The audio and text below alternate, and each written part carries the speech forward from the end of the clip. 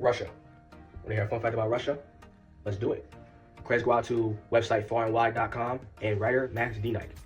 A fun fact about Russia is Russian scientists were able to regenerate a plant from a seed that was within permafrost for over 30,000 years. They were able to regenerate that plant in today's time, back in 2012, with a seed that was in permafrost for over 30,000 years.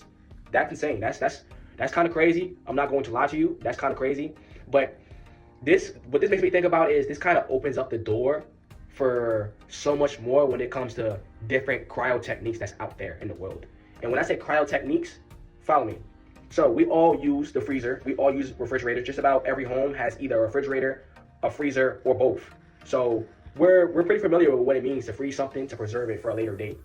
But to bring something back, a plant from 30,000 years ago, and regenerate it, that's kind of crazy. I'm not gonna lie, it's mind blowing, to be honest with you. And to give you a little bit of context, cryotherapy is already a thing. Like with big time athletes like LeBron, like Kylian Mbappe, and other athletes around the world, cryotherapy is already a thing where it helps them, keep their muscles in tip-top shape and continue for them to be able to perform at the best of their abilities every time they have a game to play. And cryotherapy has been a thing for, like, at least for me, I've been seeing cryotherapy for like the past 10 years, like with your favorite athlete using cryotherapy to make sure they stay in shape with their muscles and everything.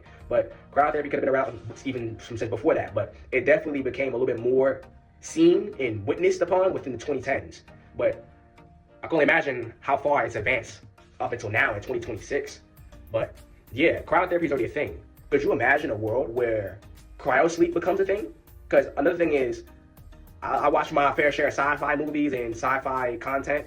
And within the sci-fi world, cryosleep is a very real thing where you can sleep for extended periods of times. And I'm talking about like not just like a long sleep. I'm talking about like a long hibernation where you could just stay asleep for like years to come. And whenever you're ready or whenever your proctors are ready for you to be reawakened, they take you out of your cryosleep and it might be years into the future. So cryosleep is already a thing within sci-fi culture where you can sleep and hibernate and you can, how can I say, you can come alive again at a future date.